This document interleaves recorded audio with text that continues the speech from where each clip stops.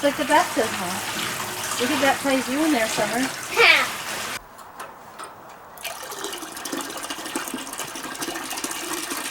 All right, so we've made quite a bit of progress here on the evaporator, and things have gone pretty well so far. I like how it's turning out. Few little mistakes and things I may have to redo. I may have to upgrade and adjust things as we get this thing fired up and see how well it works. But I did have a little fire going in it last night. I need to fix some draft issues and some other stuff here, so we'll be working on that, and I'll do a full burn test in another video. But so the box itself is made of, it's actually 3 cinder blocks high, so 1, 2, 3 plus the top plate here. The first cinder block is pretty far into the ground here. This is a little bit of a hill, so that's buried nice and firmly into the ground. That should help retain a lot of the heat. I did run a little bit of cement in the cracks and stuff like that, just to kind of seal things up a little bit. Pretty happy with how the vent turned out, the smokestack here chimney. I may need to make a few adjustments to this as well. Because this is such a long horizontal run here, I need to have quite a bit of draft on the outside, so I'm gonna have to build a pretty tall chimney. We'll see if that will work okay. If I have draft issues, then I may have to redesign this back piece a little bit. So in the front here, there will be, I need to get a couple more of these blocks right here. This will fit perfectly into this gap, and so we'll close this gap up on the side. I'll cement this all in. I'll cement this block in, and same thing on the other side. We'll get this gap closed up and cement this block in. And then what I plan to do is either make some kind of a door or just leave the cinder blocks here. But these cinder blocks can just kind of be pulled away, and then I can load the firebox that way. I'm pretty happy with how the grate turned out, although I may add another piece of that fencing to close the gaps on these. The gaps on this is pretty big, so in order to get a fire started, I had to put a piece of wood in on the bottom just so I get some smaller stuff started. But with bigger logs and things, it'll work out just fine. It's just hard to get it started with smaller kindling because it falls through. But this gives me a really good airflow, so I've got a real big gap and space under there for ash to fall down, so I don't have to clean that out all the time.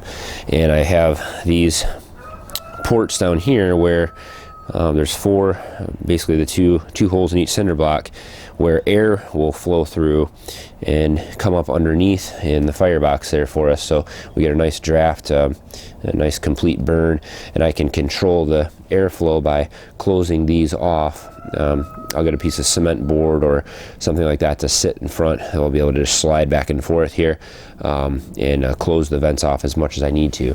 So I'm going to try to seal this up pretty good so I can control the airflow. But if you look back there at the smokestack, I didn't realize how far my sap pan was going to come down. Covered up half the chimney. So we're going to have to either lift the whole sap pan up a little bit, or hopefully that will be enough vent for us, but I have a feeling it may not be. So what I may end up doing is adding another row of these blocks right here, just stacked on top. I'll have to get rid of my chisel this away, put another row of these all the way around, and just lift the whole thing up 1 block higher.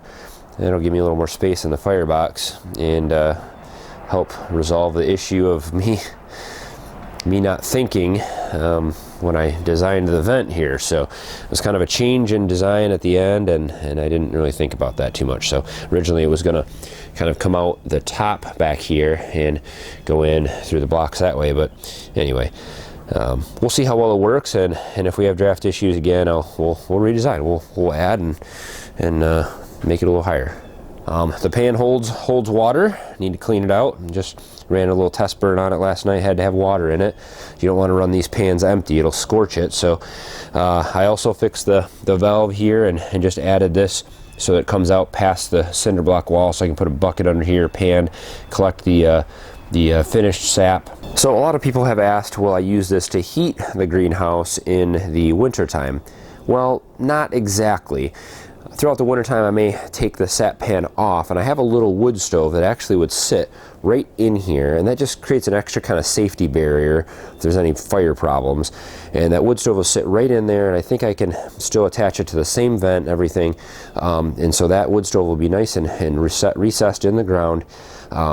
Help to heat up the ground round. I can put some fans on it, stuff like that. So I may use this area to heat, but it'll have a separate wood stove in there. Now, there's been a lot of concern about the wood stove in the greenhouse. Two main concerns. One of them was the plastic. How well will the plastic handle this? Well, I've deliberately kept the smokestack way low, so we don't have a lot of residual heat. You know, it's got plenty of space to dissipate here, and I will have ventilation and things like that in here. Probably take these windows out when I'm boiling. And that goes right outside, and it's run up outside there. I haven't finished the smokestack yet, but all on the cement board and well away from the plastic. I'm going to take that chimney pipe up about 4 feet, 3 or 4 feet above the plastic there, and it has a cap on it.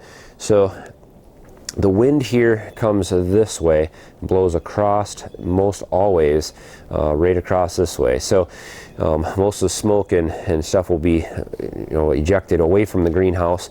That way it won't be necessarily coming right over the top of it.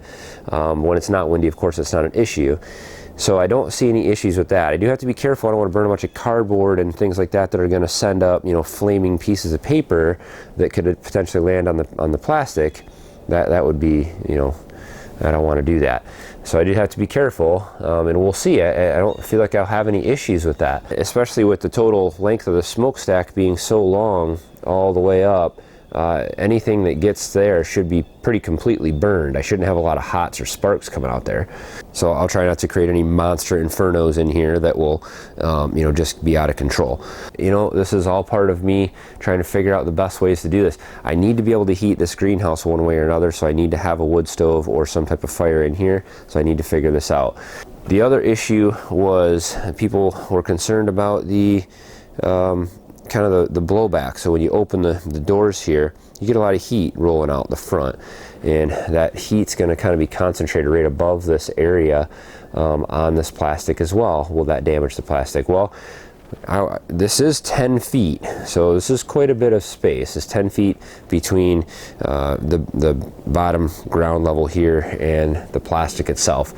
So I don't see too much of an issue with that. However, I do have this nice big piece of cement board that I could mount right up here on this beam that I have created that would kind of create a nice reflector for any heat coming off of this area that's bouncing up at that plastic. So that may help that plastic last a little bit longer there, and kind of deflect some of that heat.